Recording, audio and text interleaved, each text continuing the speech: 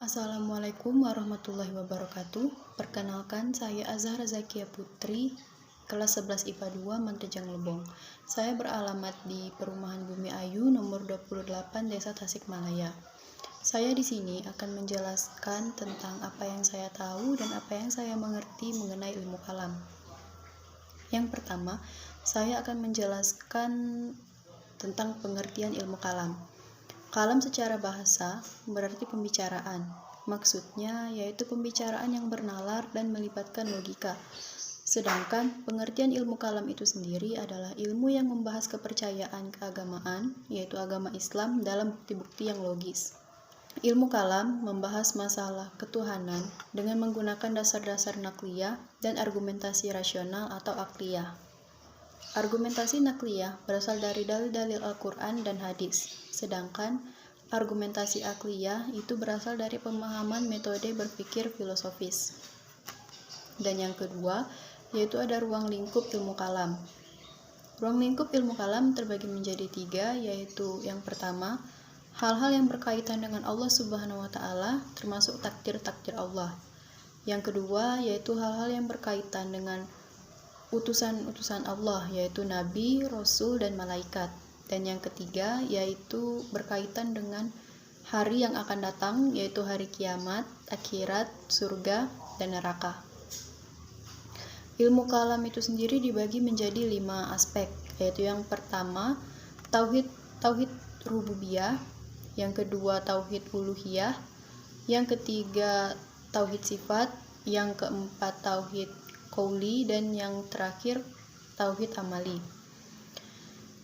Hal-hal yang bertentangan dengan ilmu kalam diantaranya yaitu kekafiran, kemusyrikan, kemurtadan, dan kemunafikan. Yang terakhir saya akan menjelaskan firqah dalam ilmu kalam. Dalam ilmu kalam ada 4 firqah yang dikenal, yaitu firqah Khawarij, firqah Murji'ah, firqah Jabariyah, dan firqah Qadariyah. Yang pertama, firqah Khawarij. Firqah Khawarij adalah golongan yang keluar dari Ali bin Abi Thalib.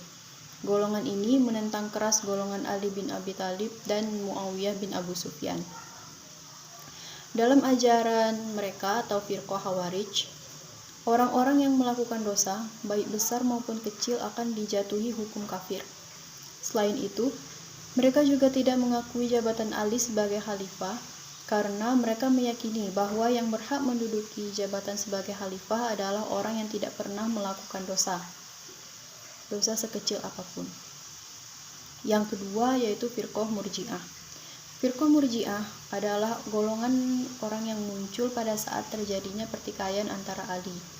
Golongan ini bersifat netral karena mereka meyakini bahwa perbuatan dosa yang dilakukan manusia, baik besar atau kecil, tidak patut dihukum kafir atau mukmin.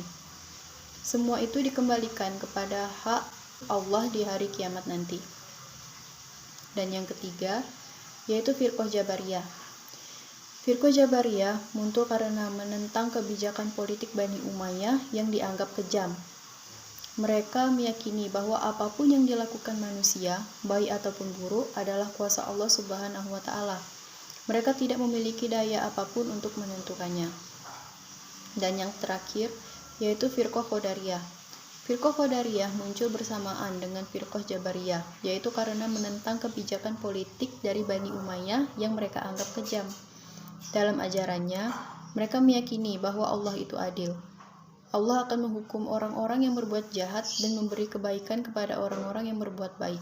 Sedangkan manusia bebas untuk menentukan nasibnya sendiri, mau menjadi baik ataupun buruk. Itu saja penjelasan dari saya mengenai ilmu kalam. Lebih dan kurang saya memohon maaf. Wabillahi taufiq wa hidayah. Wassalamualaikum warahmatullahi wabarakatuh.